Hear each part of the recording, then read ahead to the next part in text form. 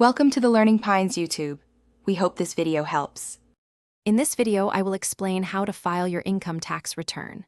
First, gather all your essential documents, including W-2 forms, 1099s, and any other income statements.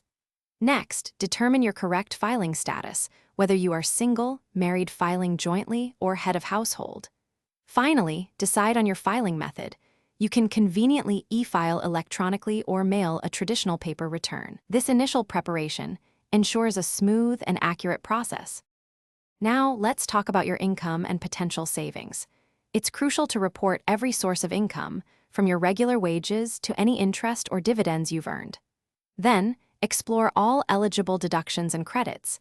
These can significantly lower your taxable income. For instance, you might deduct student loan interest or contributions to a health savings account. Maximizing these can save you hundreds, even thousands of dollars. Once your income and deductions are in order, it's time to calculate your tax. Carefully use the appropriate tax forms and schedules to determine your total tax liability. Before submitting, meticulously double-check every single entry for accuracy. Even a small error can cause significant delays. If you're expecting a refund, confirm your bank account details are absolutely correct for a smooth, direct deposit. This step is vital for a hassle-free experience.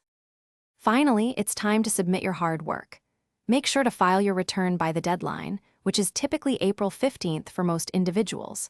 After submission, it's wise to keep copies of all your tax documents for at least 3 years, just in case. If you're anticipating a refund, you can easily track its status online using the Internal Revenue Service's dedicated tool. Congratulations, you've successfully filed your income tax return. Thanks for watching.